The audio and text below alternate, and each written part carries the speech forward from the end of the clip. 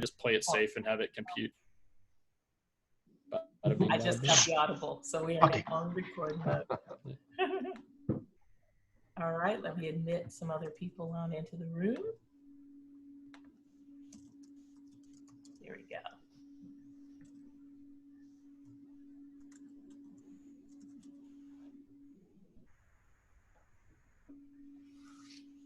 All right. Hey, Paula, can I ask you a personal question that you've probably been asked before? What's that? Do you have any relation to my favorite baseball player, Tony Gwynn? Yes. I get asked that all the time, and yes, I am. Oh. Yes. This is my cousin. That's my cousin. Yep. Oh my goodness. Mm-hmm.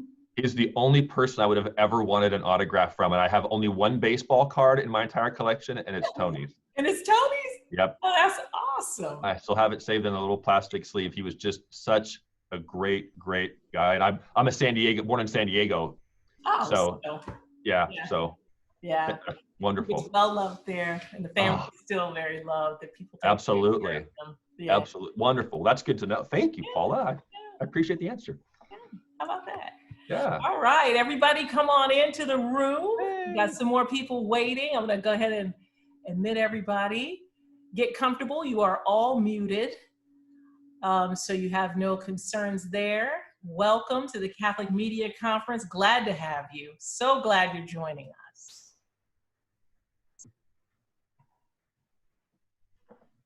All right.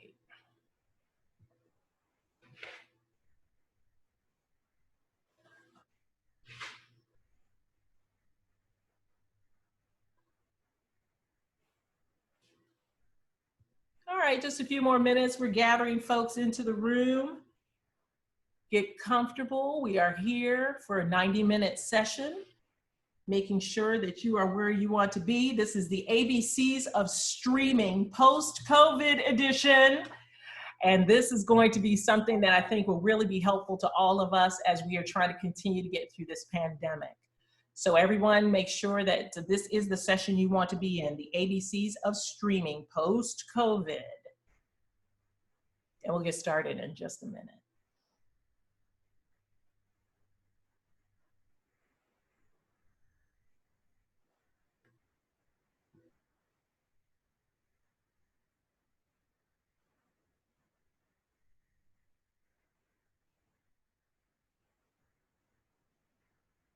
All right.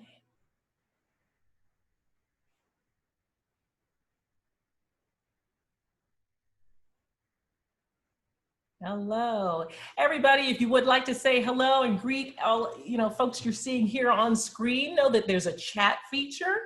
I'm sure we're all familiar now as we get comfortable with using Zoom, but feel free to utilize the chat.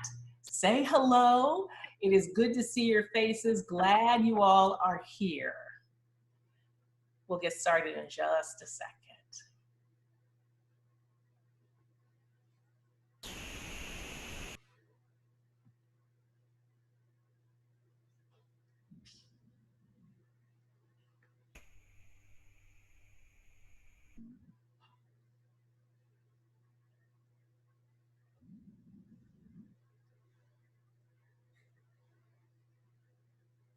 All right.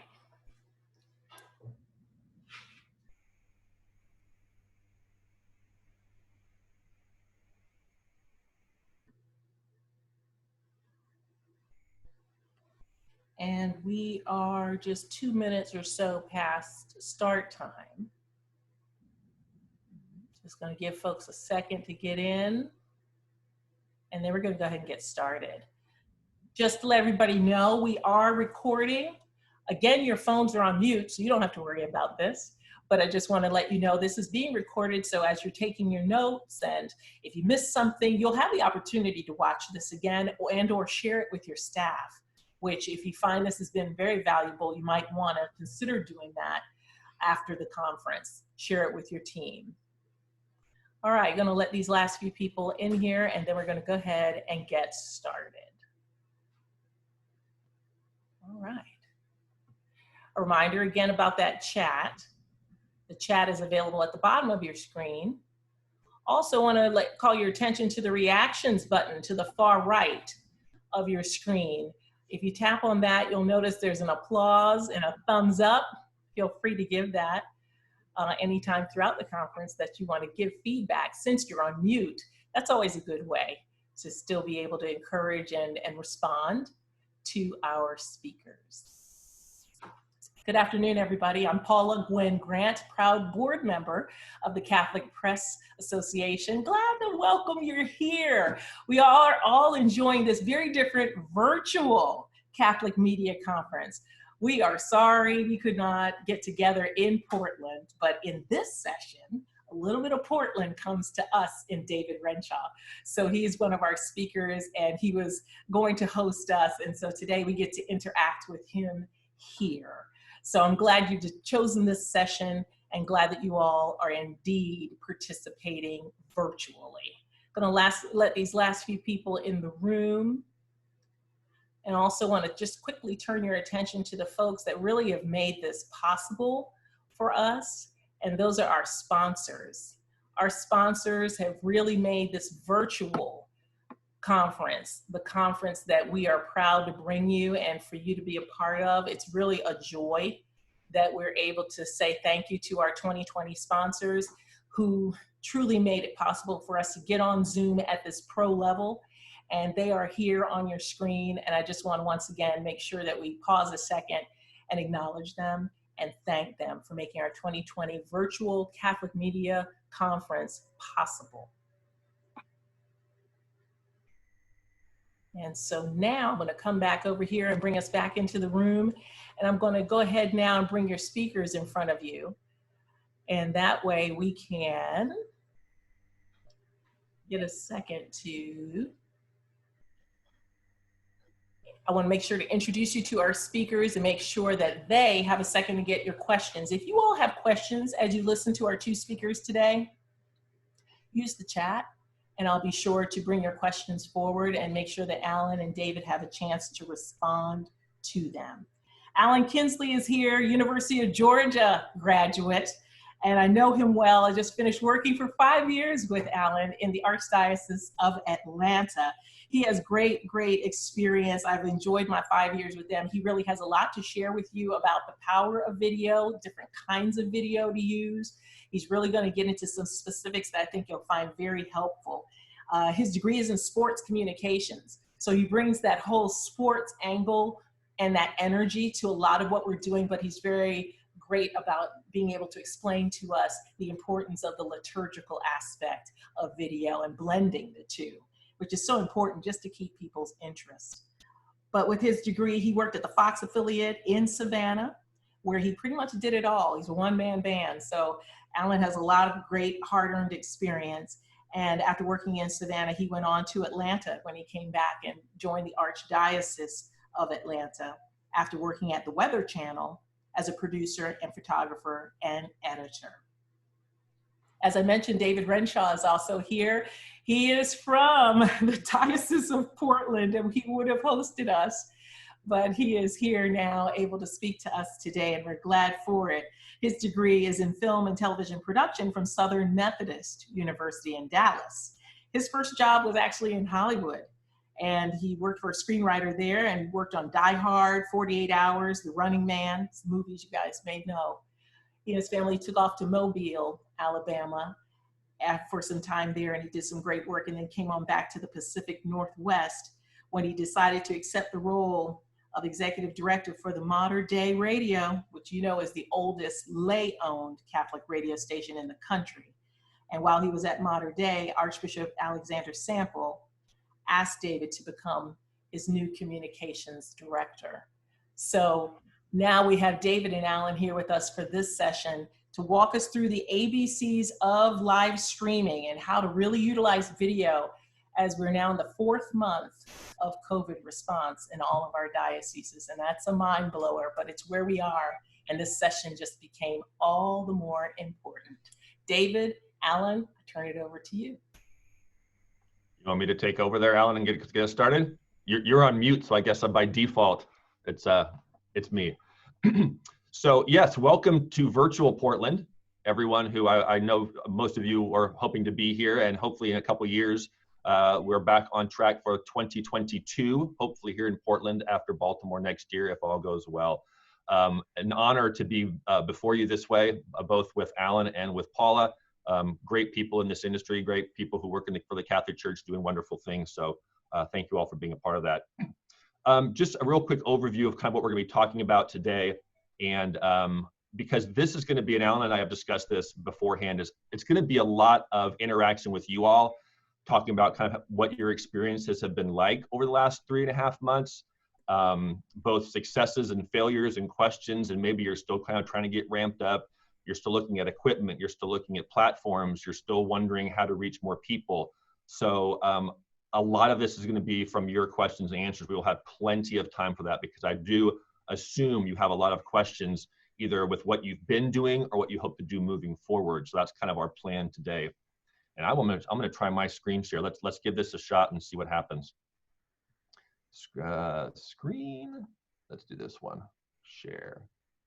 Okay. Woohoo! There you go. Okay. You all can see the presentation, I'm assuming, correct? Okay. So again, this isn't actually the post-COVID edition. This is still the the during COVID edition of it. So I know that kind of talking about the breakdown of the session, we'll do introductions here. Please, if there's any typos, don't point them out to me. I'll live in blissful ignorance. We'll talk about kind of what we've learned as individuals, as a church over the past few months in terms of streaming. Again, this would have been a completely different session if we had been here together live, because I think the world would have been different. We've been talking about kind of basics, but we've all been kind of thrown into this. We'll look at the equipment that maybe some of us are using. Alan and I will go through the equipment that we're using. Maybe have questions from you in terms of what you have found helpful or maybe things that aren't working for you. Alan will really focus in on kind of the platforms that we can use. He'll talk about graphics, kind of some more bells and whistles in terms of making our productions look great. And then we'll have, like I said, plenty of time for Q&A and interactivity. Just a little bit about me before we get started. I have a lovely wife, Heather, who is the author of the Our Sunday Visitor book, Death by Minivan. So if you haven't gotten that one, please pick it up. Little plug there. 5 wonderful children, 2 dogs. And as Paula mentioned, I have a film and television degree from Southern Methodist University. So I've been doing that for about 25 years now, both in secular media and in Catholic media as well. So this is kind of what I've learned through the past few months in terms of using streaming through this COVID-19 crisis. One is that there's a real desire for parishes and dioceses for us to communicate in real time with our people. There's also been a huge desire of people to be communicated with in real time by their shepherds, both their pastors, parishes, and their bishops or archbishops.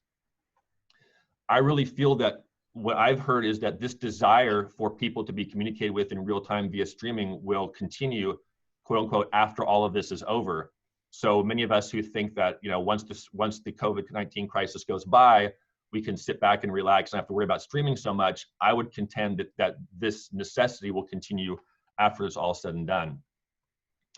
And I think the other thing that we've discovered is that many parishes and dioceses either were not or are still not prepared for live streaming in the areas of time, talent, and treasure.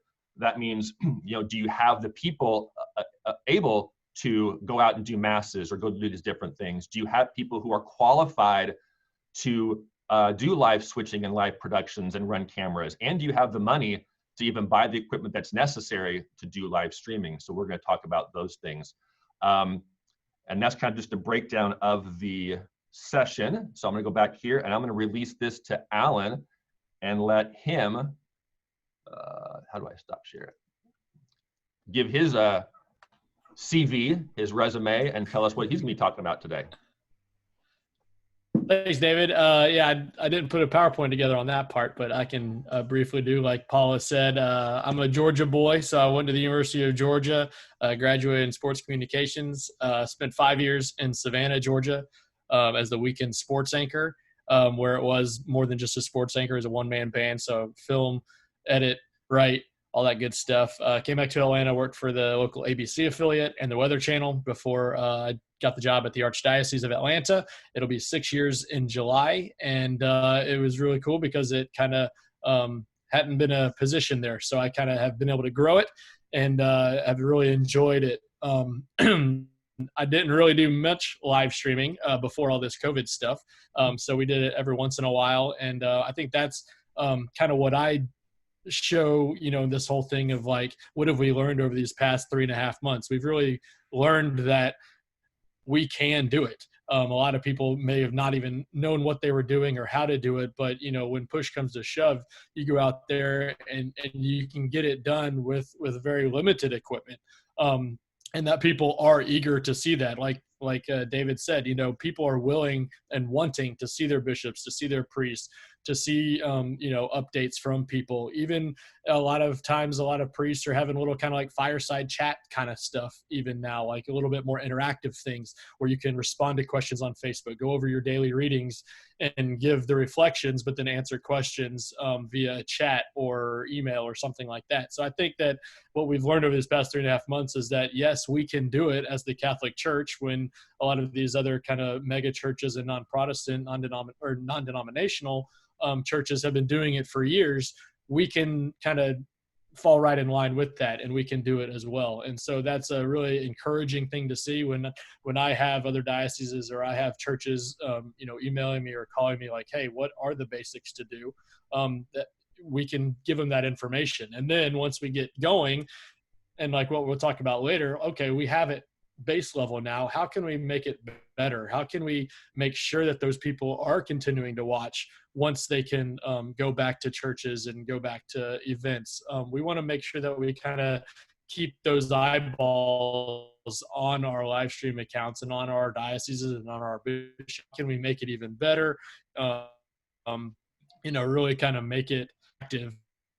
A live stream, Lime's TV, the local news and that kind of thing, that's a live stream broadcast. So how can we make our live stream, how can we make our masses, or how can we make our event really good quality, almost television production stuff? So we'll get into that part too. But I'm excited to learn, kind of see what I can do with the equipment that I have these past 3.5, 4 months. But I've also been really excited to see what other churches have been able to kind of pull out of their pocket and really hit the ground running when they had to. So that's kind of my intro to the beginning. So yeah, so let's get into a little bit of kind of like what we've been using. And again, there's no one way to stream in terms of equipment, but I think what Alan and I are going to go through, we're going to go kind of through our setup and give you guys an idea of what we're using. You can kind of obviously through the Q&A let us know what you found successful, and we'll kind of go from there. One thing here in the Archdiocese of Portland, I think that we had a blessing is that because our diocese is it's like 29,000 square miles, and there's a lot of people in the southern part of Oregon and on the coast that feel very disjointed from the Archdiocese. So we had a desire to get streaming equipment probably a couple years ago, even to do things like, we do seminars here in the Pastoral Center, or we do in-services that teachers can't drive up from Southern Oregon to be part of. So we had equipment here and able us to do that. So we had a kind of a start. We had a package of equipment to start with. So we also done some ordinations and things like that. So our equipment is very mobile. I know that there's probably some dioceses, and I'd love to talk to you about this as we move along, is that maybe you have your cathedral has been hardwired, for the last few years or so with streaming equipment and cameras. So you walk in, you flip the switch, and you're good to go. Many of you probably had to kind of piecemeal some stuff together to start doing masses from either your parishes, your pastoral center, or your cathedral, which is again what we kind of had to do. So I'm going to go over and kind of show you what we've been using, and then maybe that might open some ideas and some questions. Again, as Paula mentioned, go ahead and put your questions in the chat section, and then she'll kind of collate them and maybe kind of give us some ideas of maybe some themes that we're going on through here. So let me share my screen again. Since I got it right the first time, I might as well do it again. All righty. Let's go on this one. So this is again an overview of the gear that we're using in the Archdiocese of Portland here. This is our cathedral setup. So what you see on the left is a Roland high definition switcher. It has 4 video inputs, a basic computer monitor so you can see your inputs easily, because as you can see on the Roland, in the bottom left, there's a very small screen that shows 4 screens. You really can't kind of tell what your composition of your shot is. So just a monitor for your 3 inputs. and then a laptop for the actual streaming. We use Vimeo, which allows us to have a lower third graphic, which we didn't have going through Facebook Live. But we can do through Vimeo. We can post to Facebook Live as well through the Archdiocese Facebook page and through Archbishop Sample's Facebook page. So we have 3 platforms once we actually go live to stream our content. So again, this is the back side of the gear. As you can see on the left-hand side, the laptop, we actually only in the last couple of weeks now have hardwired internet connectivity in the cathedral. Before that, we were using my phone as a hotspot, which I'm sure many of you probably have horror stories of how you've had to connect to do your streaming. I'd love to hear all of those, for better or worse. So we were doing things. So we had great time with the wireless going through Easter week, Holy Week, and then all of a sudden it started to die and cut out, and we had things falling off because we were using a higher definition switcher, and we had a 3.0 USB out instead of a 2.0, which is better for high definition streaming, but it was just crashing. So we begged and pleaded with the cathedral to put in some hardwired internet, and now we have that. So everything seems to be working well so far. Again, there's the roll-in switcher. Cost for this is $2,400. We had a roll-in switcher previously for only a couple years, which had some stuff broke on it, and that was dying as well. So we switched to this new one. It's much easier to move around. It's probably about 1/4 of the weight of the previous switcher, which if you're mobile, it's a good thing to have things that are lightweight that can move around. So this is our the roll-in switcher. And again, if anybody has any questions regarding specs or where to get these things, you can always email me or put that in the chat session and we can get you that information as well. There's the back side, again, 4 HDMI inputs as well as XLR inputs. Has the XLR inputs on the right-hand side there. Those come from the audio of the cathedral. One interesting kind of sidebar here regarding audio is that I think audio is always one of kind of those things that's either secondary or completely forgotten when it comes to Catholic productions, and especially when you're doing live streaming. You know, most of these places weren't set up for live streaming or for video production. So you either have no audio system or an internal PA system, but more than likely no mixers that will actually give you decent outputs. So the problem with the cathedral is that it has one single audio master output, which is that yellow taped cable that you can see right there. So you're getting all volume from all sources in one output. So you've got the AMBO microphone, you've got any wireless microphones either on the bishop or the deacon, and you've got the choir coming through that as well. So you cannot regulate your different audio inputs because you have one single master out. That obviously makes it very difficult if the bishop is coughing and his mic is on, but you don't want to bring the AMBO mic down at the same time.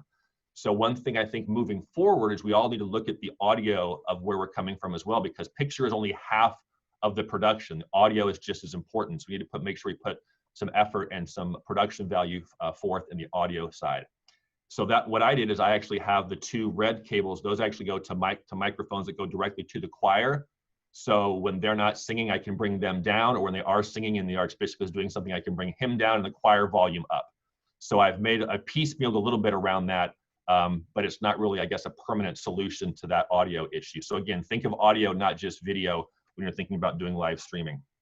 Because I think a lot of parishes set up a little webcam on a laptop or something and didn't actually have anything mic'd to that, and so the audio wasn't great. So we have to think about the audio moving forward.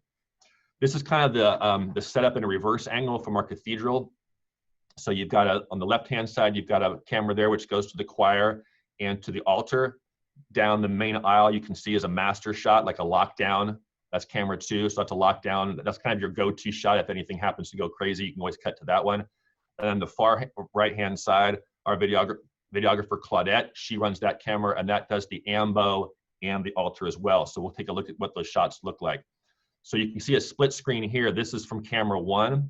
So it can zoom in on the AMBO for the readings, and it can also zoom in on the Archbishop at the cathedra when he's doing his prayers or his introduction or his close.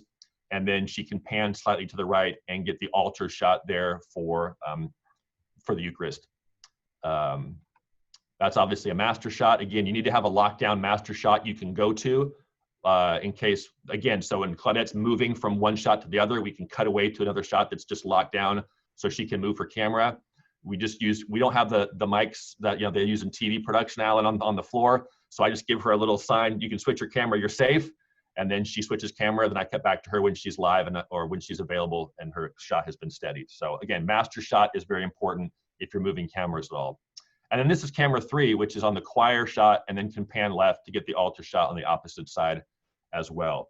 So a 3-camera setup, we used little Sony Vixia handy cams, about 180 bucks a piece, I think, on decent tripods. So not a lot of cost for cameras. And then you just need some really long HDMI cables in order to get your runs. The longer the better, but sometimes you'll start getting signal loss. You start piecing too many pieces together. So that is what, let me see if I got anything up there. Okay, so I'm gonna unshare this screen. And this is where the interesting things going to come in, because when Alan and I were comparing our gear, he's got a whole different setup than I've got, which I'm thinking is different than everybody else's setup. But again, we're going to kind of throw these ideas out there and see what people are using and see how we can kind of help each other with these ideas. So Alan, show them your setup, buddy. All right, so let's see if I can share my screen now. So yeah, so a little background with mine is I had,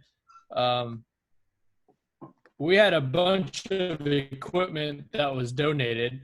So a few years ago, I even got to Atlanta, and we kind of had these ideas of what we wanted to do and what, where we could use them and that kind of stuff. And we never really kind of, crossed the T's and dotted the I's. And so once all this pandemic happened, it was basically, okay, well, we have this equipment. Let's figure it out now. Well, that we have to. So let's make it work. So this is our little chapel in our chancery offices building. And I've kind of taken over that space with my temporary stuff. So two of the cameras are Panasonic PTZ, which stands for Pan, Tilt, and Zoom remote control cameras. So that's what we have here. And then I have a third camera as well that is basically just a lockdown side shot from one of my cameras that I use, my Sony cameras that I use all the time. So I have those. So I have a 3-camera setup too, which, like David was saying, my camera that is right here in front of the altar is basically a altar shot. And this camera, the middle camera, is more focused on the ambo. And then again, my third camera is a wide shot. So that's kind of, where they're focused on. The good thing is that I can remote control the 2 Panasonic cameras, and I can change those cameras to different things, which I'll mention again in a second. So let's go down to this one. So this is kind of the reverse angle looking back. So again, I have my Sony NX cam on the left, my 2 cameras on the right, and then my little temporary setup shop with the spider web of cables back in the back. The microphone you see was when we had a cantor come in. We would have a seminarian come in for the weekend masses to do the cantor, so I had an extra microphone set up there. This is a close-up of the Panasonic that I have. This version is the 120, which is a few years old. There is a more of an upgraded camera, but they're HD. They're remote controlled, so it's easy to get a variety of shots. And I don't have to have somebody with me, like David was saying, him and Claudette together to film. Luckily I don't have to have anybody with me, so I can kind of control the cameras and get different shots without having to give the little sign language of you're clear and that kind of thing. So this is a shot from my desk, my temporary desk, of where everything has. So I use the Blackmagic design ATEM Production Studio 4K. So that's the machine that I have all of my video coming into. And then from there, it disperses out. On my laptop, you see in the middle, that has the software control that actually does the switching between the cameras.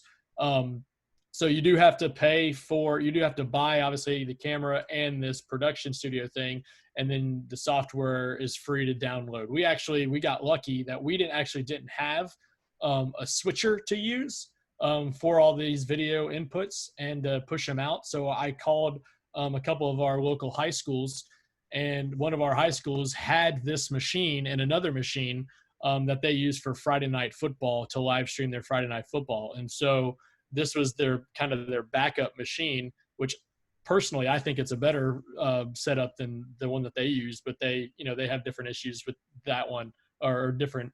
They like that one better. So they actually let me borrow this one for as long as I need it to use. So I use the Blackmagic Production Studio, the software control studios. I noticed just a couple things in the chat right before I took over my screen, but coming out of my cameras, a network cable coming out of the cameras that to my machine, my Panasonic controller. So that's how I control my cameras.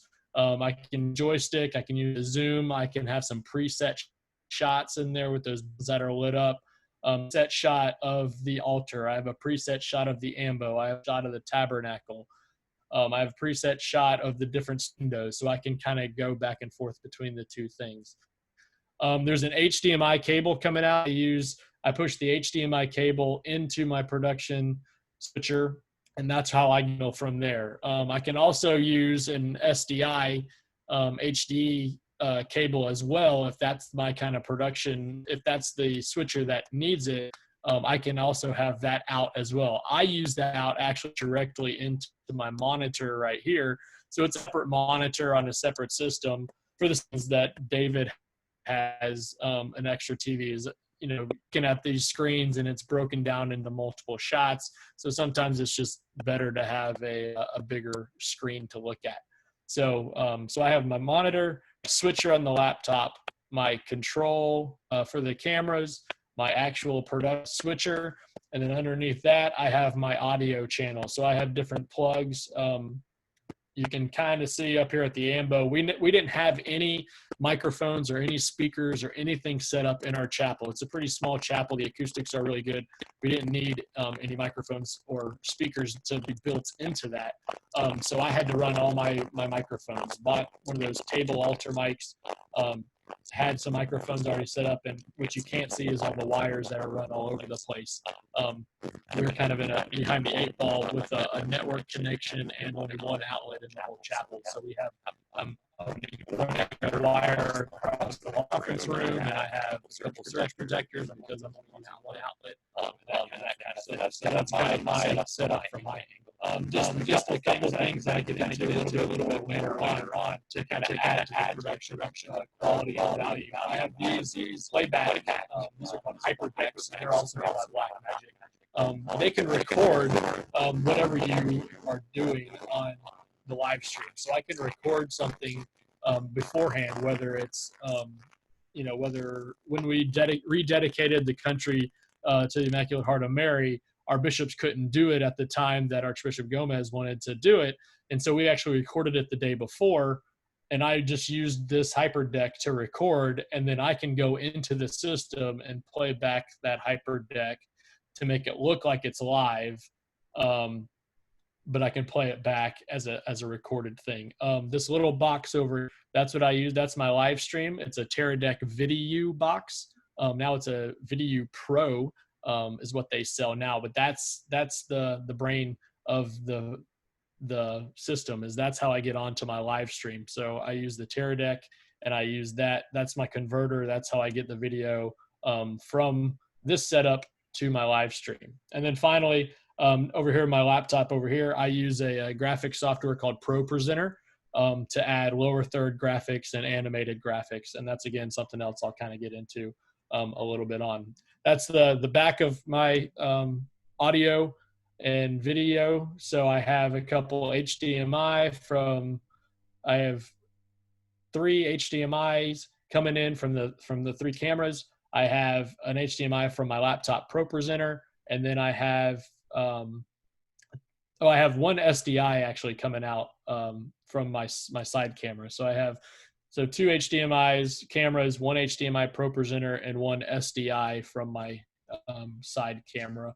And then I also have an HDMI input from that HyperDeck playback system that I have. So those are my things. And then, of course, I have my audio plugs as well. So then there's just a quick look at what the software control is for the Blackmagic stuff.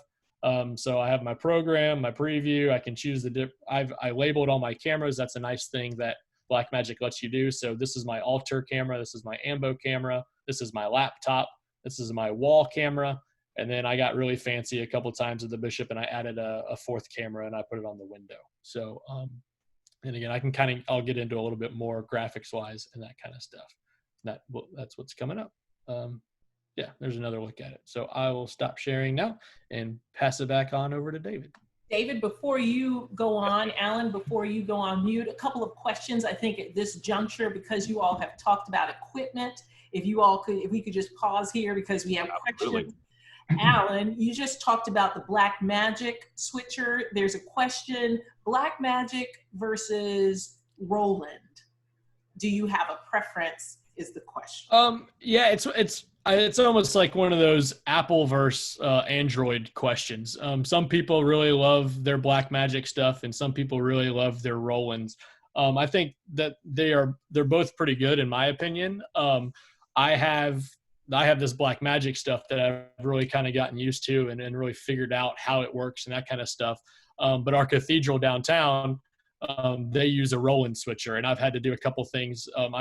I took over the live stream stuff for all the Easter weekend for our bishops. We had a new archbishop installed, so I took it over for that, and for our recent deacon and priest ordination. So I don't really have a preference. I don't think there's a big difference between the two. They're both really solid companies, really solid equipment. So me personally, it's just one of those things, like I said, it's like an Apple versus Android thing. I'm an Apple guy and I'm a Blackmagic guy. I like that. Another question is all of your equipment portable? So mine is not, unfortunately. It's kind of the size and the bulk of what it is. Mine, I can make it portable. It's one of those things, like I can make it portable if I need it to be portable, but it's not that portable. There are some switchers that don't need the laptop right next to it, that don't need the box to be put in. So there are some switchers, if you're looking for equipment and you're kind of checking out the prices and all that kind of stuff, there are some things that you can. I'm actually looking into one after this, because again, we have to give this Blackmagic piece back. I'm looking into one that is a little bit more mobile. So it really is all about like what your need is, and then what you want to buy. And some of the smaller ones that are more mobile are actually cheaper and price wise. Obviously they don't give you all the functionality and all the bells and whistles and that kind of stuff, but they are a little bit more mobile, so you can kind of get stuff done out in the field, as opposed to having a 100% locked down setup at a church or the chapel or something like that. Alan, just had a follow-up question on David. I'm gonna come to you in just a second, but a quick follow-up on that. A lot of folks wondering about the HDMI cable and the length of the cable and how to get a signal using the HDMI cable. It's really my experience. It's really what is the output of the camera, and then for my Panasonic PTZs, I can push an HDMI and I can push an SDI output. So that just depends on what your switcher needs. If it only has HDMI plugs or if it only has SDI plugs. My side camera that I have doesn't have an SDI out. It only has an HDMI out, but I ran out of HDMI inputs. And so I bought a converter that converts, again, bad plug, Blackmagic sells video converters that you can go from SDI to HDMI, or you can buy an HDMI to SDI converter, or you can even buy one that does both. So yeah, you kind of have to kind of figure out what is your specific equipment need and what works best for whatever cables you have or wires that you have or whatever setup, and then kind of make that decision on what you need or want to buy that kind of fits right along those lines. Makes sense. I'll toss it back to David to let him. Yeah, let's have David weigh in on the same. Great information, Alan. Thank you. David, talk a little bit about that, if you wouldn't mind, from your corner of the world, just to give everyone another perspective. Yeah, obviously, if we had the best of all worlds, I'd have a completely integrated hardwired system at the cathedral that we could just go and flip on and then have a portable system to go and do things, you know, different events or at schools and those kind of things. But we have what we have, and we can do both of those things. So for the HDMI cables, you know, the little handy cams have a mini HDMI out.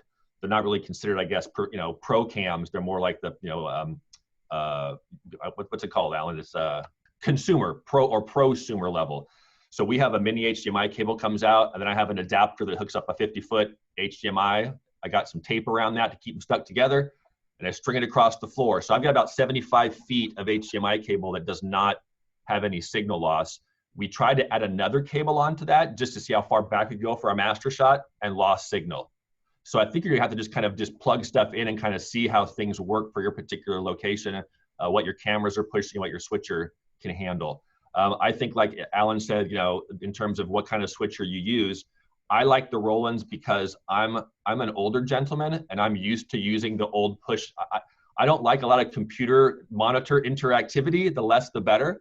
So if I can flip a switch or pull a lever, that's kind of where my wheelhouse is. And the less bells and whistles that my 50-plus-year-old mind has to deal with, the better it is for me. So yeah, I think it's just a matter of, you know, checking stuff out. If you have an ability to go down to any kind of an AV place and you know, check some stuff out and mess with it, it kind of just depends on what you're used to. You know, to me, if you're trying to do audio levels and videos and ins and outs and cuts, you got to keep it simple for yourself, because I come from a background of doing technical directing for television stations. So I kind of have, and this goes back to that time, talent, and treasure. Do you have somebody who knows how to do live switching? You know, are they learning on the fly, or is this something they have a background in? And I think in the church, what we have is people who've been kind of thrust into positions they're not really familiar with, you know. So say you're a photographer and it's like, okay, well, now you have to do videography, but I only did still photography. Well, now you're an audio guy. Now you're a streaming guy. So we're kind of all being thrust into these positions that we're not necessarily equipped for.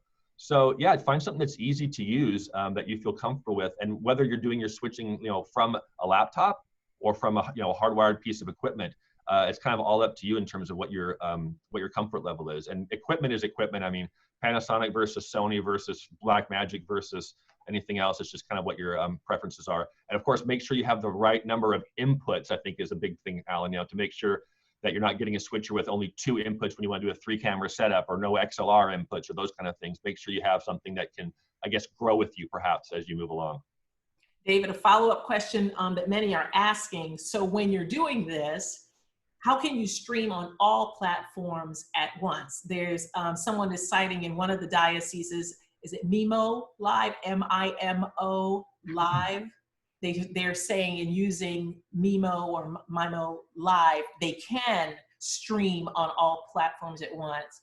Wondering what you and Alan are doing. Are you only streaming on Facebook and then, or only on YouTube and then sharing that, or how's that working? Yeah, I know through, and Alan's gonna talk a little bit about this in just a second in terms of maybe some platform stuff. We use Vimeo Live, and you can actually connect your other accounts to that. So we have our 2 Facebook accounts connected to that, and I know we can attach a YouTube account to that. We don't, and this is something great for discussion again with the group, is we don't use YouTube because we've had issues with different videos and advertisements coming up on the side that we can't regulate.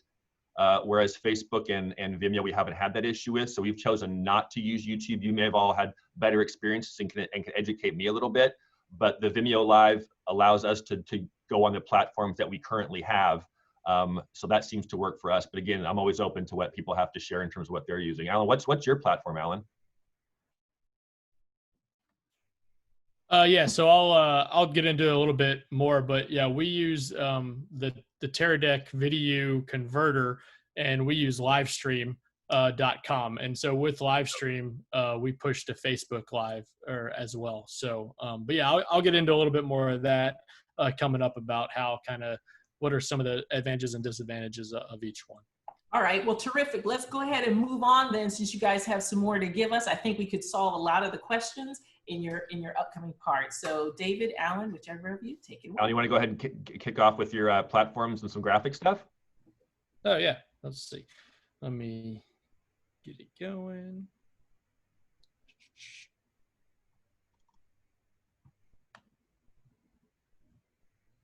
All right. Present, and well, I guess I should share my screen before I start presenting.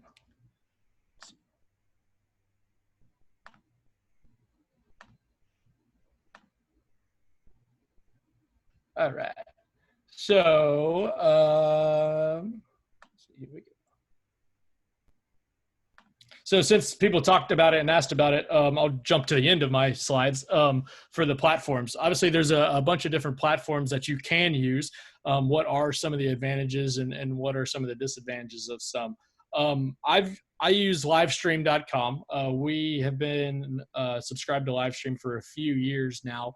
And the interesting and kind of funny thing is that now Livestream and Vimeo are the same company. And so now we had subscribed to both Vimeo and Livestream ahead of time, but now we don't have Vimeo Live because we're still, quote unquote, stuck in our Livestream subscription. But now the Livestream and Vimeo, you really have some good options of going live with Vimeo and Livestream. The problem with Livestream is that YouTube and Facebook obviously are competitors. And so you can only stream to one of the platforms. So it really is a preference on what your reach is, what your audience is, on whether or not you want to choose Facebook or YouTube. So that's the disadvantage of Livestream. We personally use Facebook Live because we can actually push it to both our Archdiocese Facebook page as well as our Georgia Bulletin, the Archdiocese newspaper Facebook page. So we can do that on Facebook. So we get a little bit more reach and than we do on YouTube. And then again, that's just more of a personal preference on, we use Vimeo for our regular videos a lot more often than YouTube. So we've kind of quote unquote trained our people to not really look at YouTube as much as some people do. So again, that's the advantages of Livestream. But YouTube and Facebook also have their own, free capabilities of going live. So YouTube Live and Facebook Live, as long as you have an account and you have a setup that you can push them a video, you can go live straight from them and it's free. That's the thing about Livestream, is that you do pay for Livestream, you do pay for Vimeo. So Facebook and YouTube, you can hit your audience for free and all that kind of stuff. So again, it just depends on what you're looking for, and again, you can only do one of those at a time. You can't use YouTube to also send to Facebook or vice versa. Another Alan, kind of interesting question for you, yep. Alan, regarding YouTube, I don't know if you had the same or any of the other people had the same issue where about a month or so ago, the YouTube Live Direct had to have to switch to Chrome Beta as the platform for, and so a lot of parishes and people were asking me because they had been streaming on YouTube, on Facebook Live, and then all of a sudden they couldn't. Did you have that experience, or anybody else had that experience with all of a sudden not being able to stream on their Facebook Live page? Yeah. So it was very ironic that it was kind of right at the beginning of all this stuff. Yeah. Facebook, I think it was when Livestream and Vimeo were really kind of putting the nail in the coffin of joining forces, is that somewhere in that code or something like that, Facebook was not recognizing the video that Livestream was pushing to it. And of course, that was before kind of everybody started talking about it. So like we thought our Livestream account was messed up. And so we kept trying to change our settings and, look into it. We emailed Livestream a bunch of times and never heard anything back. So yeah, so that was an issue because it was some kind of code, like you said, Facebook. I don't even know if it was Facebook or Livestream, but one of them just all of a sudden changed something and was like, hey, you need to change this before we accept, our compatibility. And so, yeah, we were freaking out a little bit because we had made promotion of, hey, you can watch this stuff on Facebook. So we were really freaking out about that. So yeah, it is kind of you do kind of live or die by that too, by that relationship between whatever platform that you're using to stream onto another platform that you want people to watch it for. So you kind of, you kind of take that risk when you do something with a third party vendor. So moving, Twitch is a pretty popular thing for a lot of gamers. You hear people like watch my Twitch channel and stuff like that. It is a live stream channel that you can use, that you can push video to. It may not be like our normal kind of audience, probably an audience that we're trying to hit, to be honest with you, but not many people, unless you're gamers or, like they do a lot of kind of like video watch parties and stuff like that on Twitch. But that's something that you can look into. Somebody mentioned Mimo earlier. I know Mimo comes out, they have some cameras that they sell as well. And so you buy the camera with the Mimo subscription, and that kind of joins with whatever other version that you want to push it out to, whether it's YouTube, Facebook, etc. This last one, obsproject.com. It's a really kind of cool and unique concept that really wasn't popular until all this Corona stuff hit, but it was around before that. It's a free user-developed platform that you can just kind of download and sign up for, and that becomes your streaming device. And so now you can push it to YouTube Live, you can push it to Facebook Live, you can push it to Twitch. You can use this project, this website, to be able to push it to all these other things, both live stuff, and you can like pre-produce a video, and then you can push it out like it is live. So if you, like I said, for our the reconsecration of the nation, we did our pre-produced thing with our 2 auxiliary bishops, and I had to use my setup and my Blackmagic equipment to be able to push it out live to make it look, quote unquote, like it was live. It's called a look live in the TV industry. And so we had a look live. But this OBS project, you can actually pre-produce your video, put all your lower thirds, do all that kind of stuff, and then almost push it out at a certain time, and it hits all these other things.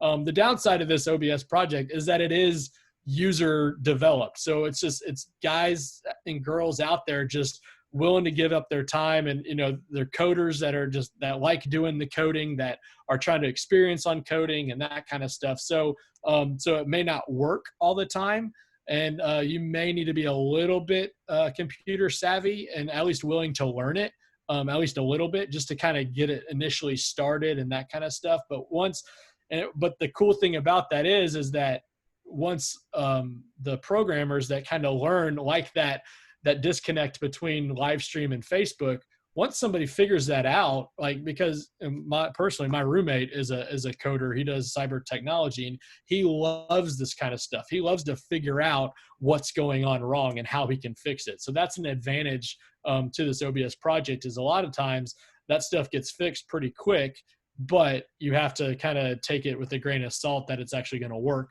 when you need it to, just in case. So that's a couple of the those kind of things. So that's kind of the platforms. And again, it kind of look into what works for you, what works for your archdiocese or your church or your school or your organization. And then a lot of these, it does boil down to budget as well. Unfortunately, that's the world we live in the Catholic media world, is you really have to kind of weigh the good and the bad, whether that be, stability or monetary, and that kind of stuff. So that's kind of what it is. So I'll jump back ahead now. Hopefully I'm not going too fast or crazy.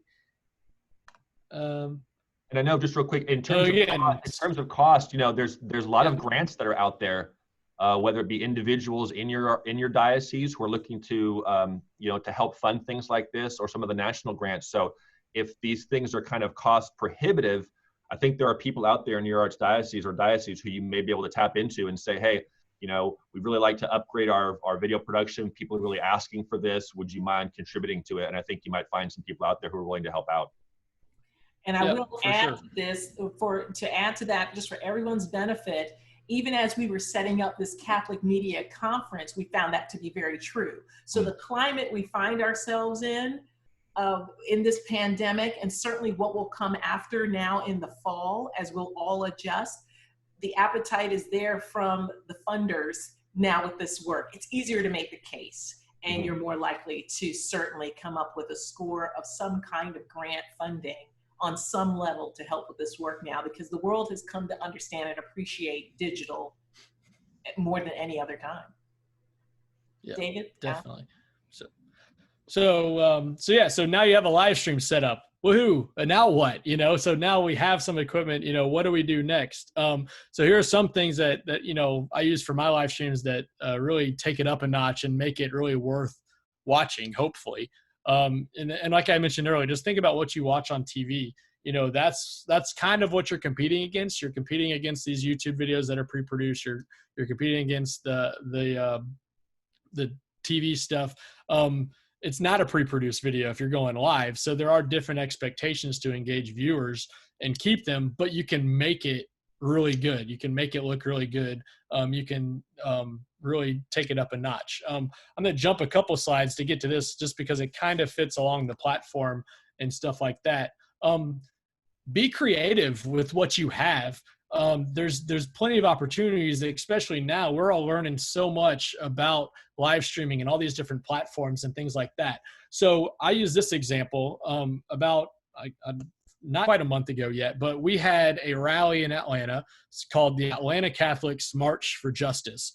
And it was a prayerful march and rally that had about 500 Catholics and friends of Catholics show up. And it was organized by a few priests that are assigned at some of our churches in downtown Atlanta where the rally and the prayerful march happened. One of these churches is right next to our state capitol. And so for both promotion and for those that couldn't go or didn't want to go because of corona concerns or whatever, they set up this really cool idea. They actually used the Vimeo live account of our Shrine to the Immaculate Conception, which is downtown near the Capitol, where it started. And Father Dennis Dorner, who's up in your upper left thing, he hosted a Zoom meeting. So obviously we're all familiar with Zoom because that's what we're on right now. But he hosted a Zoom meeting. And so he had 3 different people at the march on their cell phones. And so he had them in this Zoom meeting. And so depending on where that person was or who was talking or something like that, he could pin that video who had the best shot. So that became the focal point of whoever was watching on this Vimeo Live. He also had a few, quote unquote contributors logged in. So we had one of our sisters for the, I can't think of where she was from. But one of our sisters was logged in. We had our associate director of our intercultural diversity department, like he was logged in. And so kind of as they were walking from, it was almost like a Stations of the Cross kind of thing. Like we went to one location, whether it was the city hall, the state capitol, the steps, the Centennial Olympic Park is where we finished. As everybody was walking from one to the other, he had these different contributors kind of give their thoughts and ideas and that kind of stuff. So as the host, you can mute and unmute someone. And so he unmuted one of the contributors. They were talking, but he still had the video of somebody walking pinned. And so it was a really cool idea that they really kind of came up within like a few days of how can we make this really big event really even bigger, but also make it attractive for people to watch. And so I give a lot of credit to Father Dennis about doing this, but it's a really kind of cool, I think. So just, be creative, like it's a really cool concept in this day and age. And it was also really resourceful and very practical. Again, everybody kind of knew how to work the Zoom. Everybody knew where to go to watch it, to log in and that kind of stuff. So be kind of creative when you have these kind of things at your disposal. So kind of like, with the multiple camera angles too, like it gives variety and it keeps the options open and it gives the viewers to be engaged. And then something that I really like is that it gives you breathing room for adjustments or for mistakes. So like I have my 2 PTZ cameras set up, and at the beginning of Mass, I have one on the altar, and then I have one set up on the ambo. Well, when the person who's doing the reading moves away from the ambo and the priest steps up to the ambo, they may be different heights. We have one priest that's fairly short that does it regular. We have one bishop that's fairly tall who does it. And so I use that 3rd still camera that shows the wide shot. I cut to that wide shot as I'm adjusting the ambo camera for the height difference.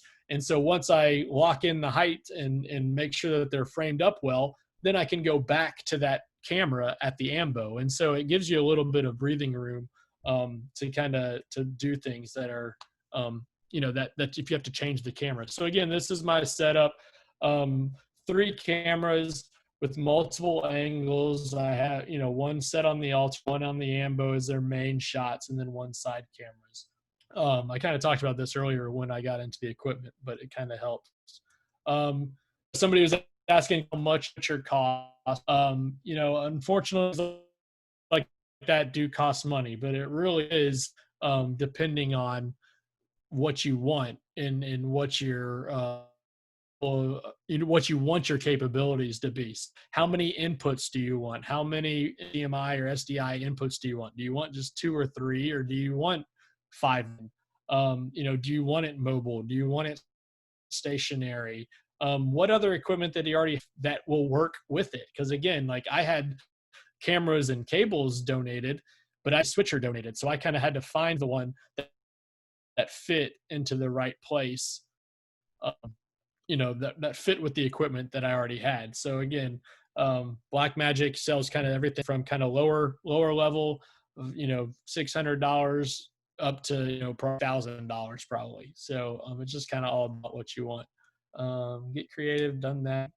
My thing is sound matters. Always want to have a good microphone capability. I know I've seen something that my sound has been going in and out here, but I'm blaming that on the internet and not my microphone, because I do have a good microphone, but blame that on the internet. But some of the problem is that, all these microphones have these certain kind of plugs that aren't, compatible with a laptop or a computer. So it doesn't take much to make a bigger improvement with the microphone. And so you can buy one of these adapters that I have labeled up here that costs, $10 at Best Buy or something like that. It's a pretty cheap adapter that you can plug right into the microphone jack, and then that plugs right into your laptop. You may have to find another XLR to the single plug. But again, the converters aren't that expensive, especially if you already have a microphone ready to go. If you don't have a microphone, again, they're not really that expensive. This one's $40, and it's it's a shotgun microphone, which means you don't have to have it, pinned to somebody or at a certain place. You can really have it on your camera, wherever your camera is, and it makes it a little bit better audio wise. I mean, everybody's watched their cell phone videos, and you can hear so much background noise, and somebody doesn't talk right into the camera, so you can hardly even hear them. So something like a shotgun microphone really lets you dictate the direction of where that sound is coming from, and it kind of lessens all the background noise and that kind of stuff. And this one in particular plugs right into your normal right into the normal microphone jack on something like this on the converter, and then that just plugs in as a USB adapter.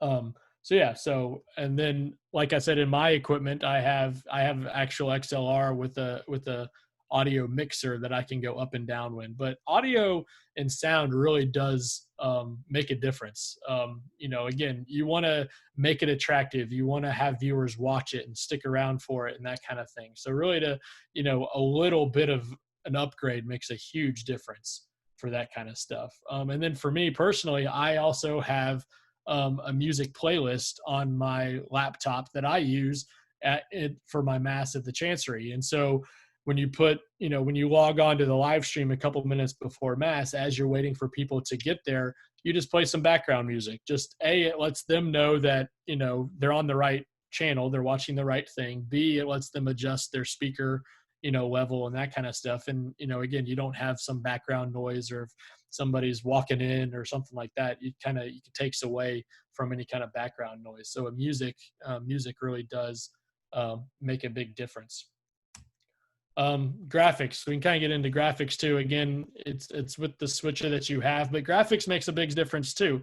So again, I try to log into my live stream about 5 minutes before the Mass starts at noon every day. And so when I go live, I have this full screen graphic up that with the music playing in the background. So again, it lets people know you're at the right place. It gives them an opportunity to set their audio and that kind of stuff. But from behind the scenes thing, it blocks the view of what the viewers can see. So if the priest is running late, like we don't know that. If if they're still setting the altar and putting the chalice and the ciborium on the altar or on the credence table, or don't have that in your shot, you have this graphic up there. Now, as people are slowly starting to come back to the Mass, like people are walking in and they walk in front of the cameras sometimes. And so this graphic really kind of gives you a little bit of buffer to kind of get away with that stuff before you actually start the actual broadcast. And it's really easy to make. Like, you're already making your graphics for your social media channels or your thumbnails for your other videos. Like it's the same kind of concept. Just kind of make something simple, whether that's on, PowerPoint or Photoshop or some of the different, free versions of stuff to make the graphics. Luckily, I'm blessed to have a really awesome graphic designer, and so he makes these video graphics for me and that kind of stuff. So again, it just kind of makes it a little bit interesting. You can also use it, I mentioned up there, as a prayer. We did a litany novena to St. Joseph. And so we had a prayer to St. Joseph that we would say at the end of Mass. And so with that call and response prayer, I was able to put these graphics up on the screen so that the people at home could participate in the prayer and respond to those people, respond to bishops, and they would know what to say and what to say. So that also kind of helps to have that tone to help people that are watching. Get really fancy. To make some lower thirds. Again, it kind of depends on which switcher you have, because you essentially have to have two inputs at the same time to have a lower third, because you have the video that you're showing, and then I put like the Bible readings for the day for the Mass of the day. And so when somebody says the Gospel according to Matthew, I can put the graphic up that has the verse and the chapter and that kind of stuff. So so you have two inputs going on at the same time. But again, there's multiple places to make those kind of things. Photoshop or After Effects or ProPresenter. One thing that you do need to make sure that you have is you have to have an alpha channel.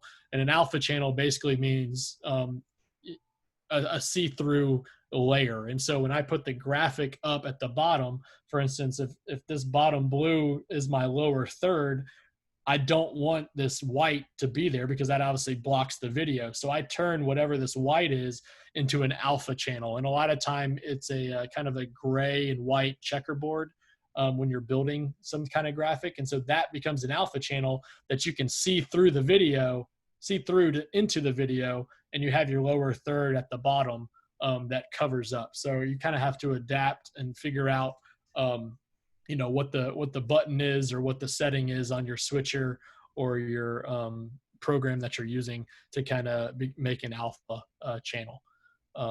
So that's kind of some of my, how to kind of ramp it up a little bit to kind of take it another notch, this kind of thing. So I'll let David chime in as well, or if anybody has any questions or something like that too. Yeah, we want to obviously give time for plenty of questions. I want to just reiterate two things that Allen said, and then one more little point. For audio, there was a question regarding how to mic, choirs or how to mic musicians. The more audio inputs you have, the better. So if you can have XLRs running from your musicians into your mixer that has an audio, fader up and down, the more things you can regulate for your audio and the more individual sources you have, the better off you are. I also want to give Allen applause. I should do the little applause thing for saying, don't be afraid to make mistakes. People are in your Facebook feed are going to say, what's wrong with you people? Can't you do anything right? But the thing is that we're all learning these systems. And so just ignore that, learn as you go along, and then improve each time. That's what we're all trying to do, is get better each time. And then there was a question regarding viewership on Facebook. Like, does this platform have more viewership? Does this platform has less viewership? One thing I think we need to think about in terms of live streaming is it's not just the live stream. That's only the moment that it actually happens. But these things are going to be archived on your different channels, on YouTube, on Vimeo, on Facebook. If we may get 150, 300, 400 people to view a Mass on Sunday, but we'll get thousands of people viewing it afterwards. Or a live address. Archbishop Sample does a chapel chat Friday night that's live, and he may have 50 or 60 people, but a couple of days later, he's got 4,000 views. So don't be too concerned about that number of how many people are watching at that particular moment. because these things have legs and people will watch them afterwards. So I wouldn't get too, obviously you want to get views, but we know that Catholics aren't great about using social media, and we're trying to kind of expand that audience. So just be patient in terms of your views, and know that even the people you're reaching are getting fed immensely by what we're doing. So Paula, do you want to field any of those questions you've been getting, or how do you want to go through this? We've got about 25 minutes or so for some Q&A. Sounds good, David. No, we did have a few questions. Thank you for tackling that one. That was one in front of us. A question came up, David. You said that you sort of have hand signals for your camera operators. Yes. Allen said that he actually is using a communication device. So the question is, how are you talking to your camera operators? Well, we're not. The headsets and stuff is very professional, and you can tell people, back up, move out. In a smaller space like the cathedral, I either use things like, wider shot, narrower shot, pan left, pan right, move your camera. I mean, I just have a conversation with my videographer about what signals we're going to be using, and we've been working together for long enough that we know the signals. So I would just commiserate with your camera people and kind of talk about what you need to kind of understand about. Because if your camera people are watching the feed, whether it be Facebook or Vimeo, there's going to be a lag there. Facebook has a ridiculous lag of like 20 or 30 seconds. So if they're watching that in order to change their camera angle, they're going to be off every time. So you as the TD, the technical director, have to monitor which shot has faded in and faded out, and then tell your people it's okay to move, because you're the only person who can see it in real time. So without being able to use texting or being able to use microphones or headsets, I would just figure out what kind of hand signals you might want to use. Just the easiest way to go about it. Allen? Yeah, I mean, luckily I don't have anybody with me. I don't know if I should say luckily, but I don't have anybody. Alan? Yeah.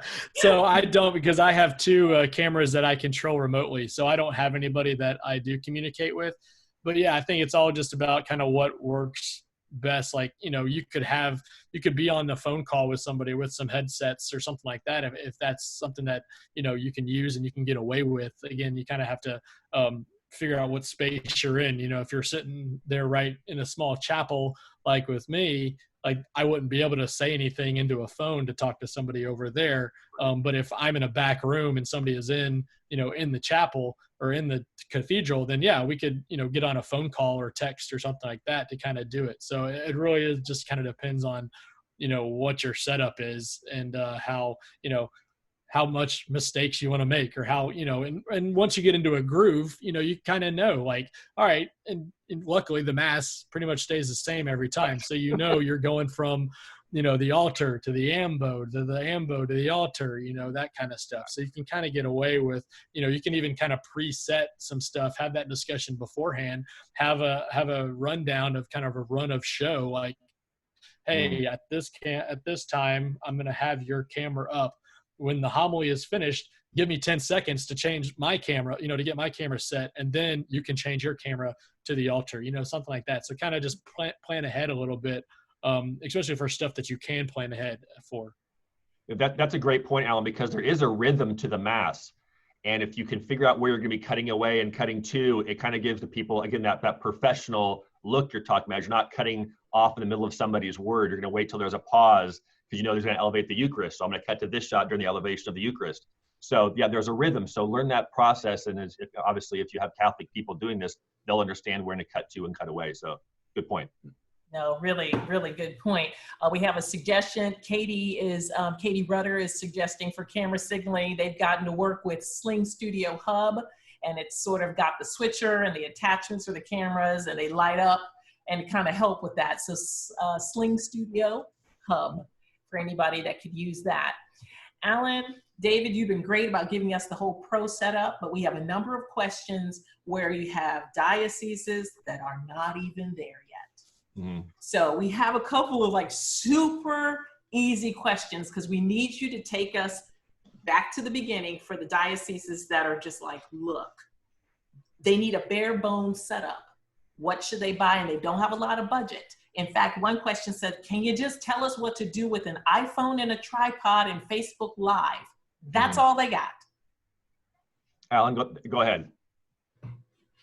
Yeah, I mean, I think for the just a simple iPhone and tripod, like, yeah, I think that's one of those things is key.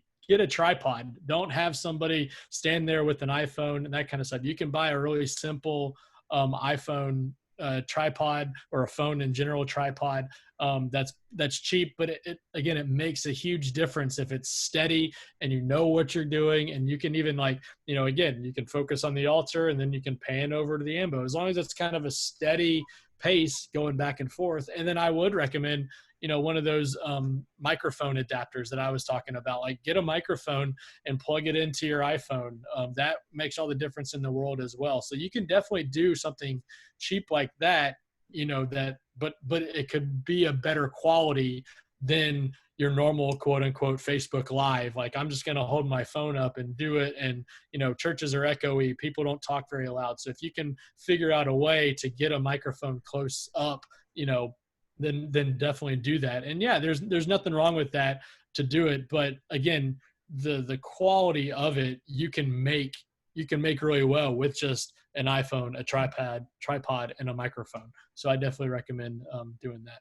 Yeah, so no one should be discouraged, right, David? Like, nobody should be discouraged, like they can't do this because they only have the iPhone, the tripod. Like, that is a good beginning, right? Yeah, and I would say that one of the things, I've been doing the film and television stuff for a long time. When I first started out, broadcast quality cameras were $80,000 a piece, and that's to go on television. So you had to have that. You couldn't afford to do that. But now cameras are fairly inexpensive. If you're familiar with a group called Spirit Juice Studios, which I think most of us are, they put out a video probably towards the beginning of the pandemic about exactly what this question is: what to do if you just have an iPhone, and how to make it look steady, and how to get the audio into it. So I would suggest, if anybody looking for kind of like that cut rate, kind of run and gun thing, is to look at the Spirit Juice Studio videos. They'll give you a rundown of exactly what you need to kind of get going. And I think that's a good place to start.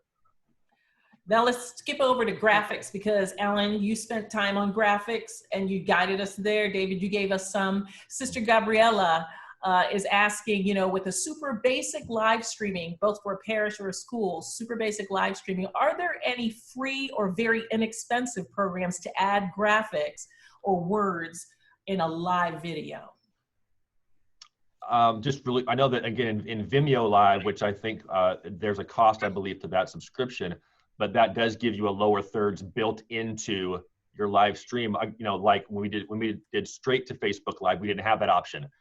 So one of the things we liked about Vimeo Live was the ability to do the lower third graphic without having a separate graphics generator. Because again, I can't handle more than 2 things at a time.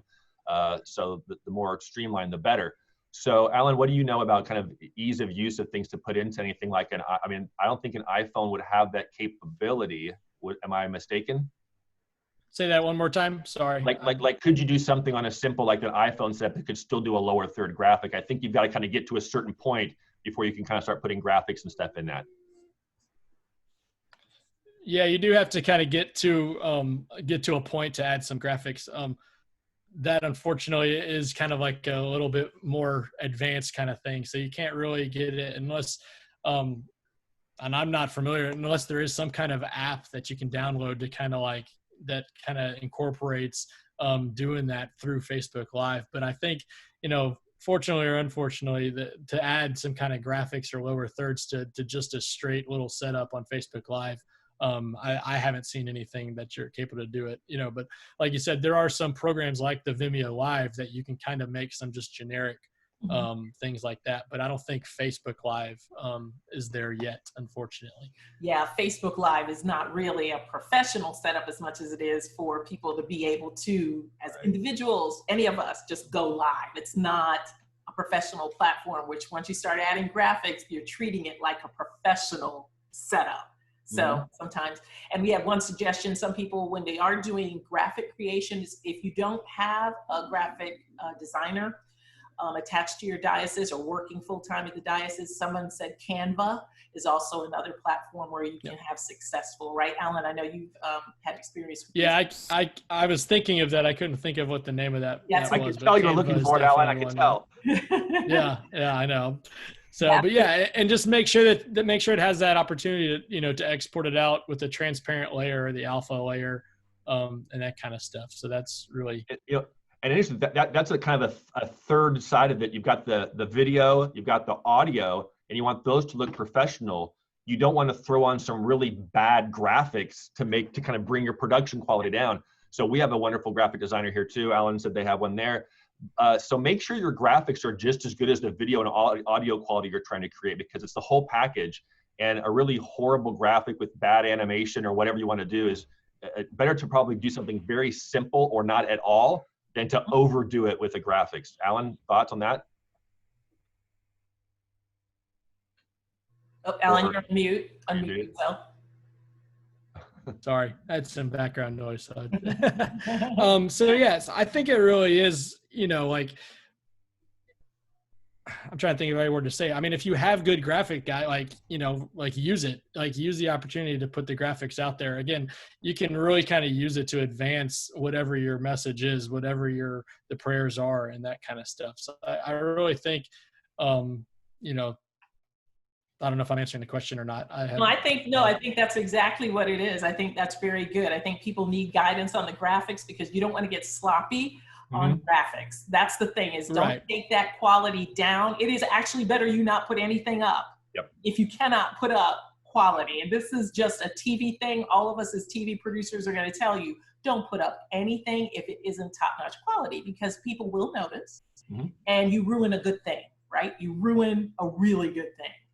Yeah, you don't want the focus to be on your graphics, or how, on how bad the graphics are. I think if you can make some really good graphics to go over some, fairly, lower quality video, I think people would be more understandable to that than, kind of like a graphic that looks weird or, like it just doesn't fit kind of thing. So I think Exactly. Let's get over a second here to wireless. So we're all worried about Wi-Fi, right? So there are a number of questions around wireless mic setup using the iPhone. Remember, our basic folks who are just kind of journeying in. So we need guidance from you both on wireless mic setup. Our wireless mic, we had, when you do stuff like the passion readings or something, when you've got a bunch of different people who are being mic'd, we had to augment it with a wireless microphone system. So we had the AMBO mic, Archbishop's mic, and then we actually had to mic the deacon and a seminarian for other things. And I think the wireless stuff seems to work really well. Obviously, hardwired is the way to go if at all possible. But wireless is still doable. I don't think we have as many, back in the day, you used to have like frequency problems and mics would cross over and you'd have all that kind of stuff. I think that's pretty much been kind of taken care of in terms of frequencies. But yeah, I mean, you can definitely do wireless as much as possible. We do a live rosary here every Wednesday in the pastoral center, and we went to wireless just out of keeping things clean. But then it started cutting out, and batteries would die, and that kind of stuff. And so make sure your batteries are charged. Always charge your batteries. And have it extra. Right. So, but again, hardwired is always the way to go if possible. But again, wireless, the technology has gotten a lot better, so I wouldn't be too worried. Like, the only thing I would be worried about is your power source going out. But as long as you've got full charge batteries, you should be good to go. Alan, is there a way to test? This is another question. Is there a way to test internet signal?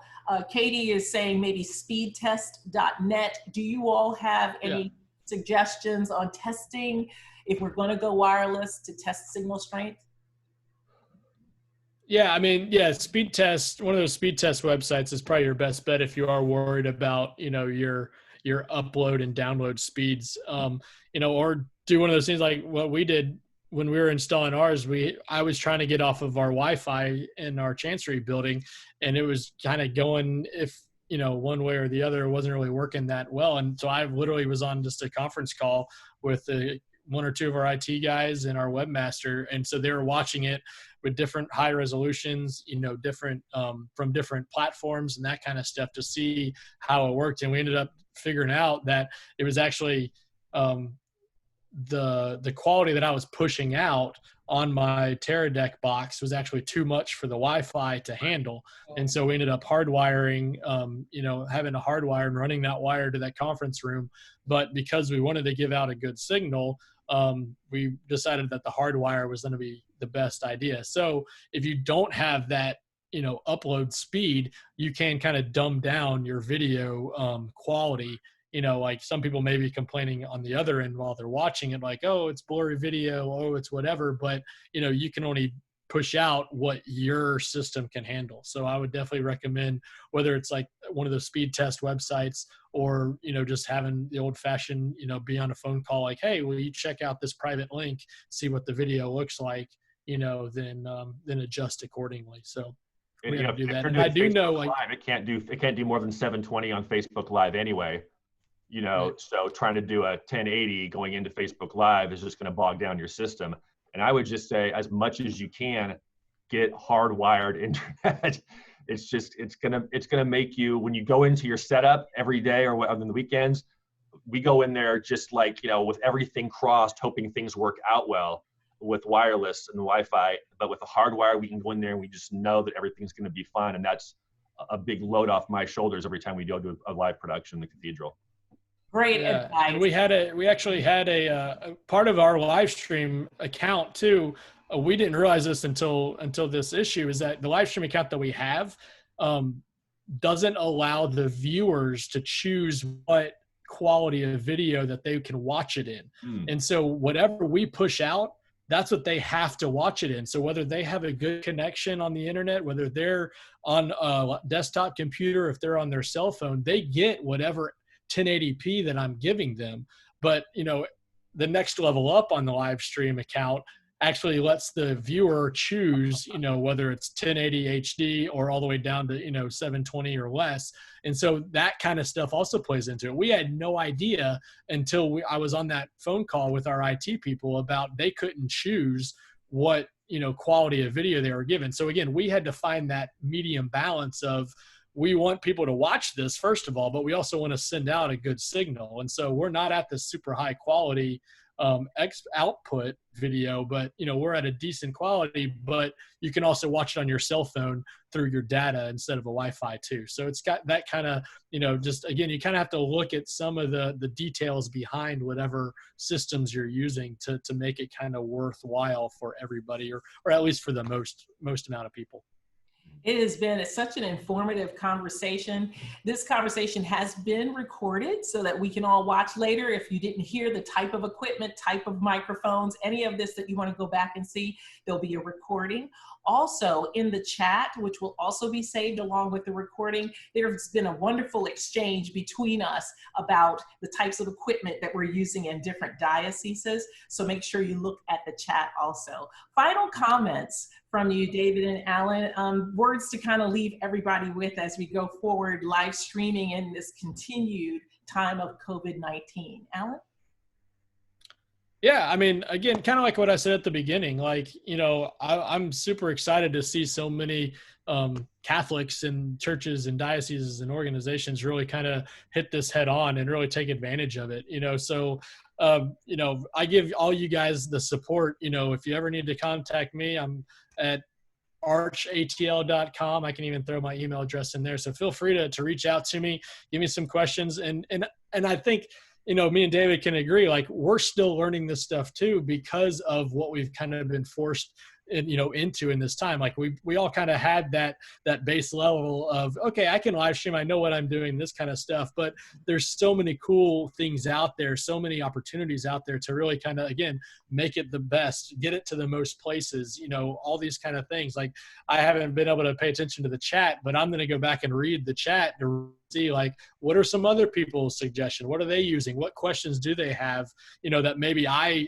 should think about and really be like, oh yeah, I didn't think about that too. So, big props to all you guys that are trying it. Everybody from that iPhone and the tripod, get it. Like, that's awesome. Like, good job. But everything from that to a TV production, like, it's really cool to see. And I'm excited to be a part of it and really kind of see the growth. And a slight plug, because I'm part of the planning committee for the conference. Thanks for everybody for joining. Thanks for rolling with the punches with all this stuff. And we really look forward to having you guys come back to the conference next year. So don't forget to sign up for CPA, and excited to meet all y'all in person next year. That's right. We were supposed to be in person in Portland with you, David Renshaw, and I appreciate you being on here as a board member for Catholic Press Association, working with Allen and his planning team. Thank you, David, for all that Portland has done to get ready for us. And we will see you in a few years where we will come to Portland. It just will have to be a few years from now. Any last words you'd like to leave with us, David? Yeah, just as Alan was saying, just keep it up. This is going to be, this necessity for streaming is going to be with us for a long time. And so put a little bit of effort forth, look for those grants, ask around, beg, borrow, and steal. Well, maybe not steal, beg and borrow equipment, as Alan did, to get some things off the ground. And then keep the conversation open. I put my email address in the chat box as well. Just ask questions, keep the conversation going. If you're asking about equipment or about different things, just this isn't have to stop here. Just keep the conversation going. Thank you, Alan, for being a part of this as well. And Paula, it's good to see you as well. And thank you for moderating. I appreciate that very much. Oh, you're very welcome. Thank you to you both. Thanks, everybody, for taking a second. There is a question in chat about when this recording will be available. It'll be available after the conference closes. We will have all recordings of all sessions available to you. So we will send you an email with how to access all the recordings. Thanks so much for participating in this session, everybody. Have a great rest of your afternoon and evening. Take care. Paula, thank you. Thank you.